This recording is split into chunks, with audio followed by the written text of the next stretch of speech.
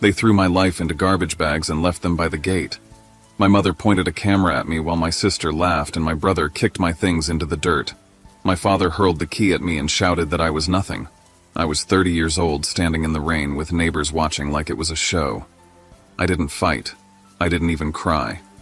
I just picked up my muddy photo of my grandfather, smiled through the pain, and drove away. 4 months later, my mom sent me 35 messages. "Where are you? Please come home." But by then, I had already disappeared from their world. My name is Maverick, and this is my story. Before I share it, I want to know you're here with me. Just say hi in the comments or let me know where you're from. Sometimes knowing someone is listening makes the loneliness feel less heavy. Thank you. And now, let me tell you everything. And if my story touches your heart, please subscribe. That's the only way I can keep sharing stories like mine, stories of pain survival and finally finding freedom. The morning broke gray and damp over St. John's, the kind of Portland rain that never quite stopped, just hung in the air like a weight. I woke in the basement room I'd been living in for months, the smell of mildew and old carpet clinging to my clothes. 30 years old, back under my parents' roof after losing a job in Silicon Valley, I once thought would define me. But today I told myself things would shift. A new start was waiting. Upstairs, the kitchen light glowed yellow, bouncing off the warped wooden panels of the house. Mom had made breakfast, toast, eggs, and a drizzle of sriracha the same way she used to when I played high school football. For a second, it almost felt like comfort. But she didn't look up. Her eyes stayed locked on her iPad, fingers tapping, sending some message I wasn't meant to see. "I'm leaving for Gresham this morning," I told her. 3 days at the plant. Monday, I start the new job in Portland. It pays steady with benefits.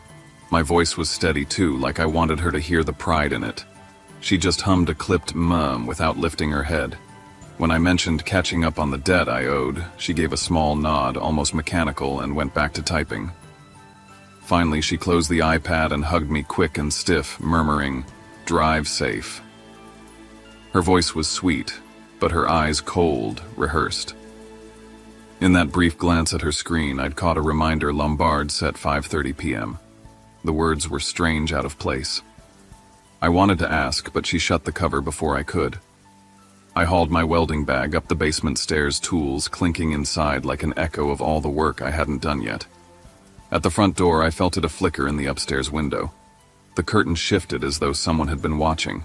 I turned but saw only still fabric swaying back into place. Rain misted harder as I slid into my car. The house loomed behind me, its silence heavy, its windows black like eyes. I turned the key, but instead of heading straight out, I stopped at Stumptown Coffee. Inside, warmth and roasted beans filled the air. Behind the counter was Mia, a face from high school. "Maverick," she said, surprised but genuine. "How have you been?" We exchanged a few words, light and casual, but her recognition mattered. In her voice there was no judgment, no calculation. Just a small thread of connection that reminded me outside those walls I was still someone. With a coffee in hand, I got back in my car.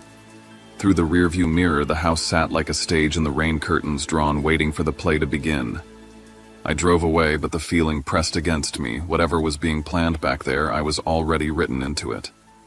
The sky burned red by the time I pulled back onto Lombard Street that evening.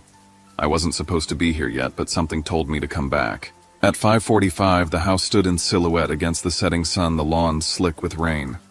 And there by the gate, I saw them black garbage bags stuffed with my life. One had split open, spilling clothes, my welding gloves, an old notebook filled with sketches, and a photo of my grandfather, Elias. The picture lay face down in the wet grass, streaked with mud. "Attention, everyone." My mother's voice rang out. She was holding her phone up like a news anchor.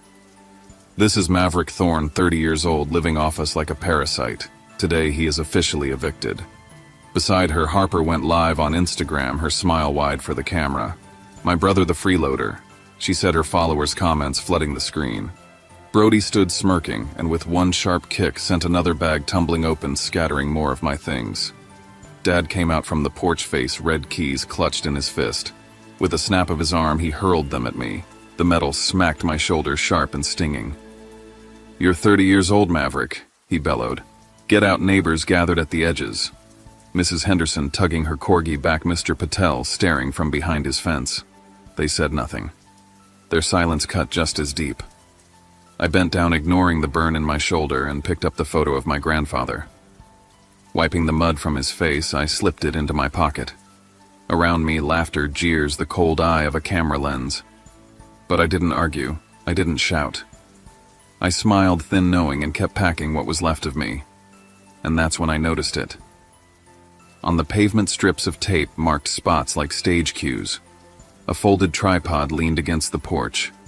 At my mother's collar, a tiny microphone peeked out. And in the mailbox, half torn, was a paper that read in bold black ink, "Scene 3 throw keys." It hit me then this wasn't a family falling apart. It was theater. A performance scripted against me. As I loaded the last bag, a small voice tugged me back. Timmy, the boy next door, clutching a toy truck, stared up at me. "Did they really kick you out?" he whispered. I nodded. No words. His eyes softened in a way none of the adults had. Then he ran back to his yard. I closed the trunk, climbed into the driver's seat. Through the rearview mirror, I saw Harper still streaming, her face lit with a manufactured smile while hearts and likes floated up her screen. I didn't look back again. The car rolled forward into the street, and behind me, my family's show went on without me. Crossing the Hawthorne Bridge that night, the rain softened into a mist that clung to the windshield. The city lights shimmered across the Willamette River, broken reflections trembling like the way my own thoughts rippled through me. I should have felt hollow, emptied out after the spectacle on Lombard Street. Instead, I felt a strange calm, as if something inside me had shifted. The house I left behind had turned into a stage, but now I was off script, moving into a story they hadn't written. I parked near Riley's apartment in the Pearl District, a brick building with wide windows that overlooked the tracks where the streetcars passed every few minutes. Riley opened the door without a word, her expression soft but careful. She knew enough not to press me. I carried my bags inside the wet pavement smell trailing behind me and sat at the small wooden table in her living room. That's when I reached into the pocket of my jacket and pulled out the envelope my grandfather had given me weeks before he died. I hadn't opened it until now. My hands shook slightly as I tore the seal. Inside was his handwriting, steady and sure even in his final days. "If you're reading this, it means they've betrayed you. You are stronger than they think. I trust you to hold your ground." Behind the letter were several notarized documents, a trust agreement clear as day. 40% of the family house, 50% of the cabin at Clackamas Lake, 35% of the commercial building on Burnside. My name printed in bold letters, Elias's signature beneath. For a long time, I just sat there letting the weight of those pages sink in. The man who had held my hand in the hospital bed, who whispered that I was more than they wanted me to believe, he had left me proof. I wasn't some basement-dwelling freeloader. I was a legal co-owner of everything they pretended I had no claim to. I picked up the phone and dialed the number printed on a card tucked inside the envelope. Theodore Langston, attorney at law. His voice was clipped, precise, but not unkind. I explained who I was and what I was holding. He asked me to read out the details. When I finished, there was no hesitation. "These documents are valid," he said. "You not only own these assets, but you also have the right to pursue 4 years' worth of unpaid rent they've withheld from you. If what you're telling me is true, your family has been pocketing roughly $60,000. Keep everything you experienced tonight as evidence. Don't confront them directly. Let me handle the rest." I closed my eyes, the sound of a streetcar rattling past the window filling the silence. Riley set a cup of chamomile tea in front of me, her way of offering comfort without words. I remembered the last time I saw my grandfather alive, how he squeezed my hand and told me I was stronger than their lies. The memory rose sharp and warm like steel against fire. As I unpacked my bags, something clattered to the floor, a pen engraved with Elias. I had forgotten it was there. I picked it up, gripping it like a charm. Then, rummaging deeper, I pulled out an old hard drive labeled only with the letter E. I had stored it at Riley's years ago, and now it seemed to glow with a significance I couldn't name. I placed it on the table, leaving it for later. That night, I opened an old notebook and wrote the first entry in months. They only listen when I stop explaining. I underlined the words and closed the cover. I decided then that silence would be my weapon, evidence, my voice. Whatever came next, it would not be their performance. It would be mine. Morning at the Gresham construction site was loud, harsh, and honest. Sparks flew from the welding torch in my hand, the smell of burnt metal clinging to my clothes. The work was steady, every strike of the arc a reminder that I was building something real. The rhythm steadied me, but my phone buzzed in my pocket again and again. Harper's text came first. It was just content, Mav. You know I didn't mean it. Let's talk. A minute later, Brody called, his voice thick with annoyance. You're making this worse than it has to be. Just drop it and move on. Then came a voice message from my mother, her sobs filling my ear as she begged for forgiveness, saying they didn't know what came over them. I didn't answer any of them. I forwarded everything to Langston and went back to work. That afternoon, I met Langston at his office downtown. The glass walls overlooked Tom McCall Waterfront Park, where joggers passed under a low, cloudy sky. Langston sat across from me, files spread over the polished wood of his desk. He had been digging into the Burnside property. They've taken out a loan against the building, he said, tapping the papers. Without your signature. That's fraud. They've not only stolen your share of the rent, but they've also risked your portion of the asset to cover their own debts. This is more serious than I thought. His calm tone carried a sharp edge. I left the office with my chest tight, but it wasn't fear. It was a sense of balance shifting. For the first time in years, I wasn't the one cornered. 2 days later, Brody showed up at the construction site. He wore a dark jacket, hood pulled low, and walked straight up to me between stacks of steel. His voice was low but venomous. You're tearing this family apart for nothing. You think some lawyer's gonna protect you? You're gonna regret this. I didn't flinch. I didn't even set down the torch. I nodded at the security guard nearby, who stepped closer, and Brody backed away with a sneer. The crew had seen everything. Later, while we were packing up, Javier, one of the older welders, came over. He'd been quiet until now, but he clapped a hand on my shoulder. I saw the video, he said. What they did to you. It was wrong. Don't let them win. His voice was steady, supportive, the kind of voice that carried weight in a world built on sweat and steel.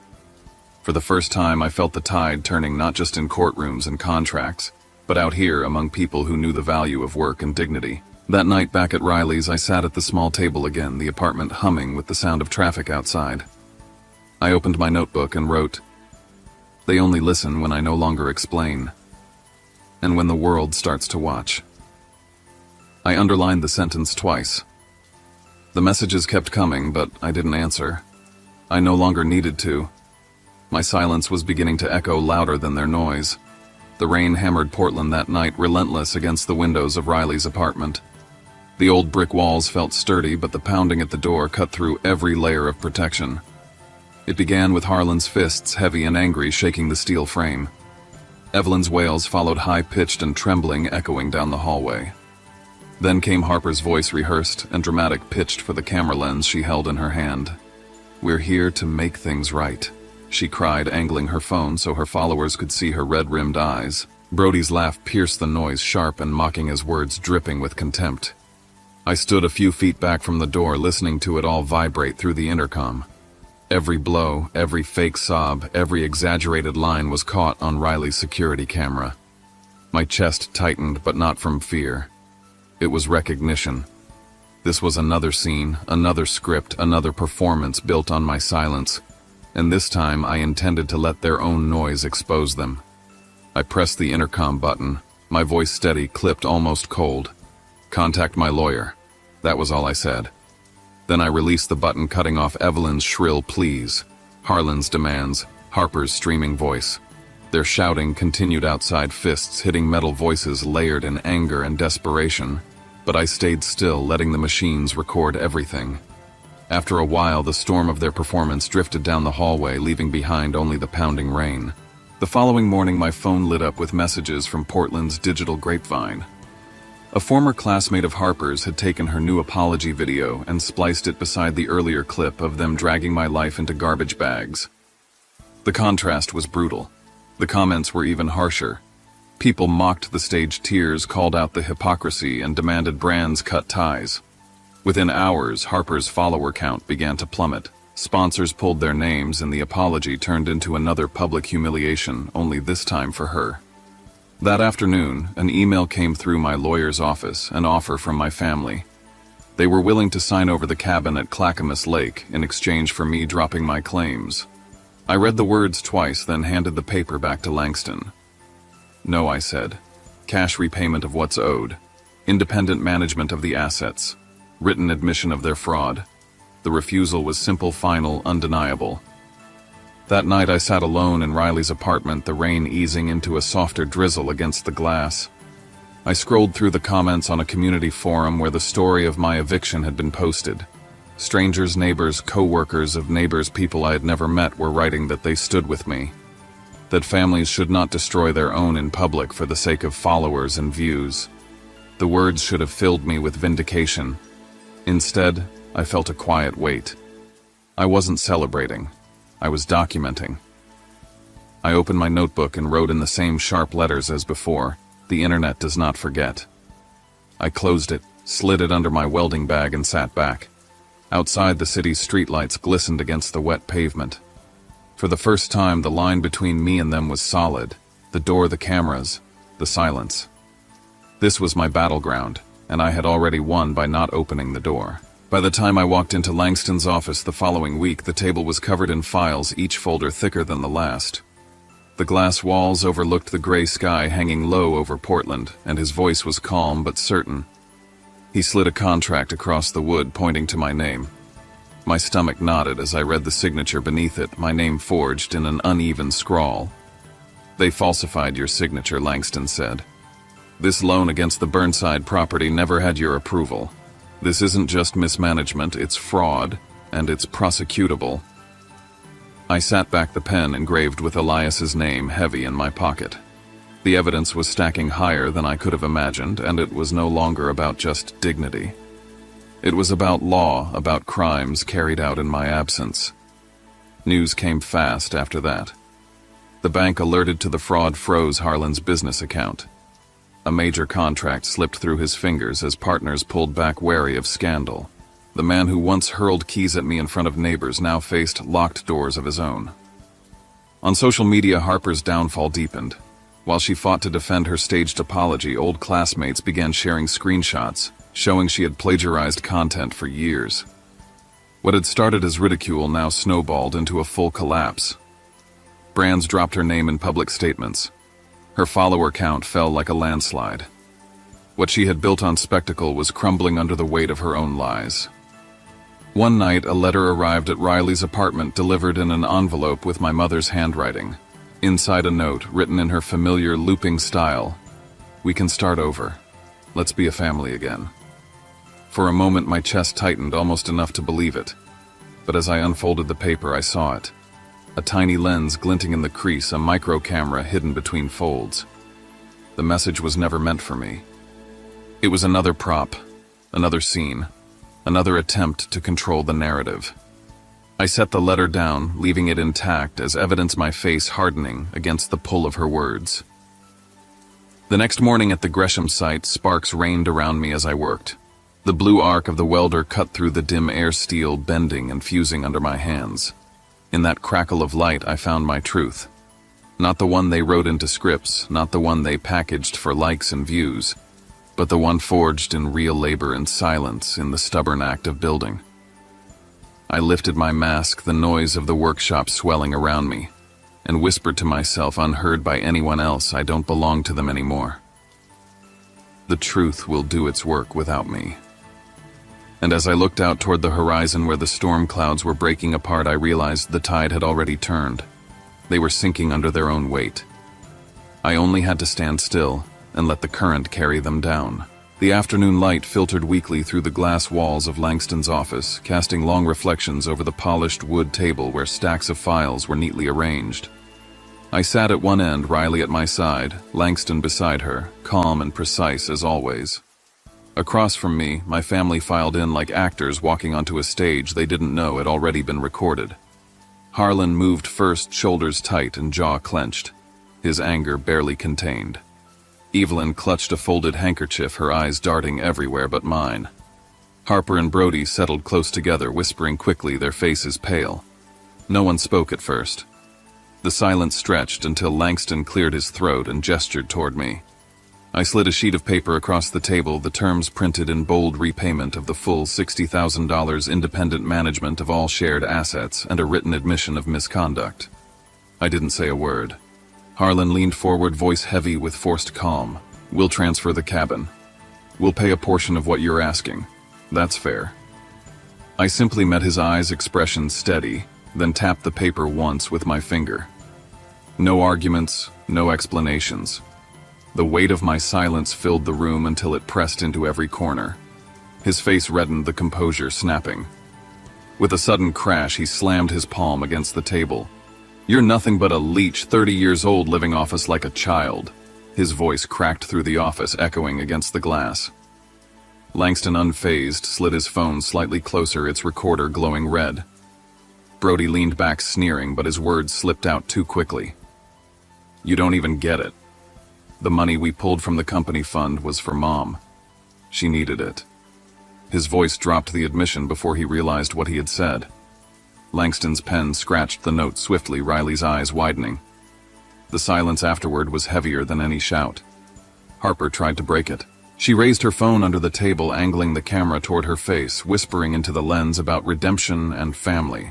Langston's voice cut across, sharp as a blade.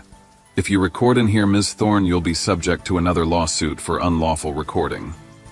Harper froze, color draining from her face. She slid the phone back into her bag, the flush of humiliation rising on her cheeks. Evelyn finally leaned forward, her hand shaking as she reached across the table for mine. Tears slipped down her cheeks as she whispered, "Please forgive us. We can be a family again." For a heartbeat, I almost believed her. But then her eyes flicked sideways at Riley, narrowing with a flash of venom that betrayed her softness. The mask cracked. I didn't pull my hand away, but I didn't take hers either. I sat still, my silence heavier than any response, the echo of Harlan's outburst and Brody's confession still hanging in the air. Langston folded the papers, his expression calm, but I could feel the tide shifting. The sharpest weapon I had brought into that room was not anger, not defense, but silence. And it had cut deeper than they expected. 4 months later, the rain had given way to autumn. Leaves drifted down in spirals across Alberta Arts District, painting the sidewalks gold and red. From the window of my small apartment, I could see the street alive with murals, galleries, and music spilling from corner cafes. Inside my walls were painted a calming shade of green, and on one of them hung a piece of metalwork I had forged myself, the name Elias cut into steel. Every evening, as the setting sun glowed against it, I felt my grandfather's presence linger. The final agreements had been signed weeks earlier. My family, cornered by evidence, had agreed to every condition, the full $60,000 repaid in monthly installments, independent oversight of the properties, and a notarized statement admitting their misconduct. Langston handed me my copy, the seal stamped crisp at the bottom. It was over, at least on paper. But for them, the unraveling had only begun. Harlan's company collapsed under scrutiny, contracts pulled, his accounts frozen by the bank. Brody's offhand admission about taking funds sparked an investigation that threatened to drain whatever was left. Harper lost the last of her sponsors, the weight of her staged apology and stolen content crushing her online persona until she deactivated her accounts completely. And Evelyn, the architect of so much silence and spectacle, sent letter after letter begging me to meet, to talk, to forgive. I didn't answer. Instead, I opened the old hard drive labeled E. Inside was a single audio file, my grandfather's voice, steady and calm. "You'll be all right, Maverick.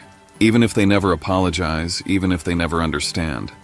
Some people only value you as long as you can be used. When you're no longer useful, you learn the truth, and the truth will set you free." I played it again and again, letting his words soak into the quiet of my new home. One evening, my phone buzzed. 35 unread messages from Evelyn filled the screen, along with voicemail after voicemail. Her voice cracked with desperation. "Maverick, where are you? Please call me back. I'm worried about you. Please." I set the phone down, screen glowing, and turned back toward the window. Outside, the leaves spun through the air, caught in a soft wind that carried them out of sight. I didn't need to reply. My silence was my answer. It was no longer a defense, no longer a shield. It was the final word. They had lost their script, their audience, their control. And I had walked away, not with vengeance, but with freedom. I leaned back in my chair, eyes on the glowing steel letters of my grandfather's name, and for the first time in years, I felt whole. The performance had ended, and in the hush that followed, I disappeared, not in defeat, but in peace. I found the old hard drive late one night, still tucked in the drawer of Riley's desk where I'd left it weeks before. Its small silver case looked worn, the label faded to just a single letter, E. I had been putting off opening it, afraid of what it might contain, but the weight of curiosity finally outweighed the fear. I plugged it in, the screen flickered, and a series of folders appeared. At first they were filled with scanned receipts and contracts, mundane records of maintenance costs for the cabin rental agreement's tax filings. But as I clicked deeper, I found a folder titled Letters. Inside were dozens of audio recordings. My grandfather's voice poured into the room, steady, deliberate, as though he had known I would need to hear him when he was gone. In one, he spoke about Harlan's obsession with control, how money had made him forget the meaning of family. In another, he warned about Harper's hunger for attention and how she would use the family's name to fuel her image. And in the quietest recording, one nearly drowned out by hospital sounds in the background, he said my name. Maverick, I know they will try to strip you of your dignity. That is why I've put all of this in your name. The paper protects you, but it's your silence that will cut deepest. Don't fight their show with another show. Just live. And living will be your revenge. I sat frozen, the words wrapping around me like armor. Every line he had spoken confirmed what I had felt. They had turned family into performance, and he had seen it long before I did. These files weren't just proof, they were a map showing me how to endure. The next day I gave copies of the recordings to Langston. He listened carefully, nodding at the mention of financial manipulation and control. This, he said, makes their motives undeniable. It doesn't just prove fraud, it shows intent. But for me, the evidence was less about courtrooms and more about clarity. The voice of Elias was alive again, reminding me that my worth had never been tied to their approval. That night I forged a new piece of metal in the small workshop at Alberta Arts. I carved a line from his recording into steel: just live, and living will be your revenge. When it cooled, I hung it beside his name. The wall began to look less like decoration and more like a shrine, not of grief, but of survival. The months after the settlement moved slowly but steadily. The payments arrived in checks signed with shaky hands, and I deposited them without a word. Each envelope was a reminder of their collapse, yet I felt no joy in it. My satisfaction came elsewhere. At the construction site, Javier treated me like a brother. We worked side by side, welding sparks scattering like brief fireworks. Over lunch breaks, he asked nothing about my family, only about my projects in the arts district. In that silence, I felt the kind of respect my blood relatives had never offered. Mia reappeared too, sending me a message after reading an article in the local paper that described me as the quiet fighter who exposed a family's betrayal. She invited me to coffee this time, not as a polite hello, but as a friend who wanted to stand with me. We talked about high school, about art, about how people heal when they finally walk away from toxic places. Her kindness was simple, genuine, unrecorded. Even Riley, who had risked so much by letting me stay, became more than a friend. She was the one who kept her apartment lights on when I came back drained from depositions, the one who kept her intercom live the night my family screamed outside her door. One evening as we shared takeout on the balcony, she said, "You don't need them, Mav. You've already built a better family than the one you were born into." And for the first time, I didn't doubt it. Meanwhile, the old house in St. John stood quieter now. I heard from a neighbor that the curtains stayed closed, the lawn grew patchy, and the once loud family barely showed their faces. They had performed their drama so loudly that when the audience left, all that remained was silence. I didn't return. I didn't need to. Instead, I poured myself into the workshop in Alberta Arts. The piece with Elias's words caught the attention of the group, and they asked me to exhibit it at a small community show. When I stood there watching strangers read the line, "Just live, and living will be your revenge," I realized my grandfather's voice had reached farther than either of us imagined. By the end of the night, I walked home with Riley and Mia at my side, laughter trailing us under the autumn lights. My phone buzzed again, with unread messages, 35 more voices calling from the past. But I didn't open them. I looked up instead to the painted walls of the district, to the friends walking beside me, to the life that was finally mine. I hadn't just disappeared from them. I had reappeared somewhere better, where silence wasn't emptiness but peace. I used to believe silence meant weakness. For years I thought that if I didn't defend myself, if I didn't argue back against the voices that called me worthless, I was proving them right. But walking through everything you've just heard, I finally understood something I should have known all along. Silence isn't surrender. Sometimes it's the sharpest blade. The night they stuffed my life into garbage bags and laughed while cameras rolled, I thought that was the end of me. They wanted the world to see me broken, small, humiliated. But humiliation only works when you still care about the crowd. When I stopped performing for them, when I stopped feeding the noise, their stage lights went out. The show ended, and all that remained was truth. And the truth was that I wasn't the parasite they painted me to be. I was an heir, a worker, a man rebuilding with his own 2 hands. The truth was notarized documents, checks they had to sign, confessions they couldn't take back. The truth was a community of strangers and new friends who saw me not as entertainment but as a human being worth standing beside. And the truth above everything else was my grandfather's voice whispering in my ear, "Just live, and living will be your revenge." That voice has carried me every day since. When I strike a welder's arc and watch sparks scatter into the dark, I hear him. When I walk through Alberta Arts and see people reading the words I forged into steel, I hear him. And when my phone buzzes with 35 unread messages, desperate cries from the very people who once staged my exile, I hear him. He tells me that peace isn't found in their apologies. It's found in choosing not to answer. I'm not telling you this story for pity. I don't want sympathy.